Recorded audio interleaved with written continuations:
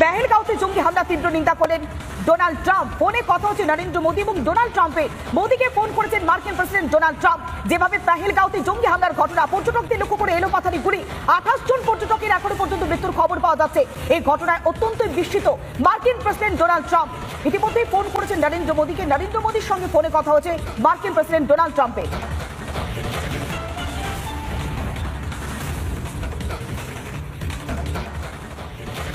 সন্ত্রাস দমন করবার জন্য, কড়া হাতে মোকাবেলা করবার জন্য ভারতের পাশে থাকছেন মার্কিন প্রেসিডেন্ট ডোনাল্ড ট্রাম্প।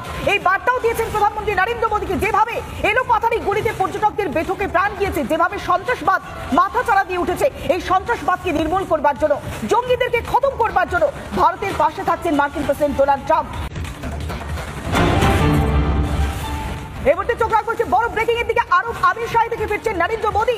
সফর কাটছাট করে দেশে ফিরছেন প্রধানমন্ত্রী নরেন্দ্র মোদী। আগামীকালই কাশ্মীর যেতে পারেন, এমনটাও কিন্তু সূত্র মারফত খবর পাওয়া যাচ্ছে। দেশে ফিরেই কাশ্মীর যেতে পারেন প্রধানমন্ত্রী নরেন্দ্র মোদী। আরব আমির শাহী সফর কাটছাট করে দেশে ফিরছেন প্রধানমন্ত্রী নরেন্দ্র মোদী। আগামীকাল তিনি কাশ্মীর যেতে পারেন, এমনটাও সূত্র মারফত খবর পাওয়া গিয়েছে।